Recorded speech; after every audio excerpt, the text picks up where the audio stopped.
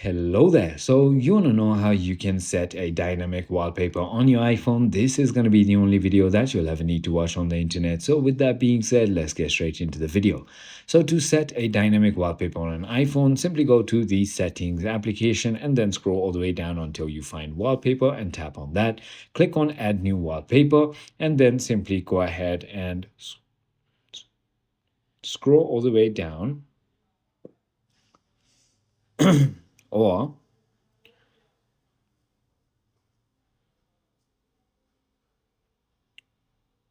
simply go ahead and choose the dynamic wallpapers from the iPhone iOS 18 section. So let me just go ahead and show you. So there are a bunch of it right over here. These are the dynamic ones as well. All of these are as dynamic as well. So that is about it. I hope this video was helpful to you. If it was, hit that like button and I'll see you